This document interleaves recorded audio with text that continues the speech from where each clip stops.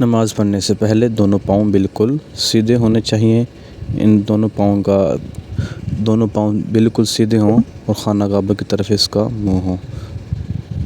اور نمبر 2 پر جب ہم ہاتھ اٹھائیں گے تو ہماری ہاتھ کی ہتھیلیاں بالکل سیدھی ہوں۔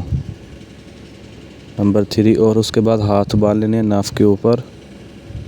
اور نمبر 2 اچھی طرح سے ہاتھ باندھنے ہیں اور اوپر والی سامنے والے 3 درمیان والی 3 انگلیاں اسے اوپر رکھ لیں گے، اور سائڈ والے جو ہمارا جو یہ چھوٹی انگلی اور یہ ہمارا جو ہوگا اس کو ہم اوپر سے باندھ لیں گے ایسے۔ اس کے بعد ہم رکوع کریں گے، رکوع میں ہماری کمر سیدھی ہو۔ اس کے بعد ہم ہاتھ چھوڑ دیں گے، بالکل جیسے ہماری حالت میں ہوتے ہیں ویسے ہم ہاتھ بالکل چھوڑ دیں گے۔ اس کے بعد ہم رکوع میں سجدے میں جائیں گے۔ سجدے میں سب سے پہلے ہم جو جائیں گے وہ طریقہ دیکھ لیں۔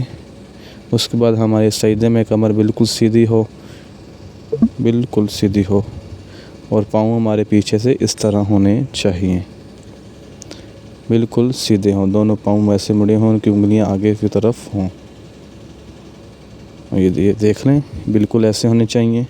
اس کے بعد اب تشہد میں بیٹھنا ہے تو اس حالت میں بیٹھنا ہے۔ دونوں پاؤں کس طرح رکھنا ہے یہ بھی دیکھ لیں۔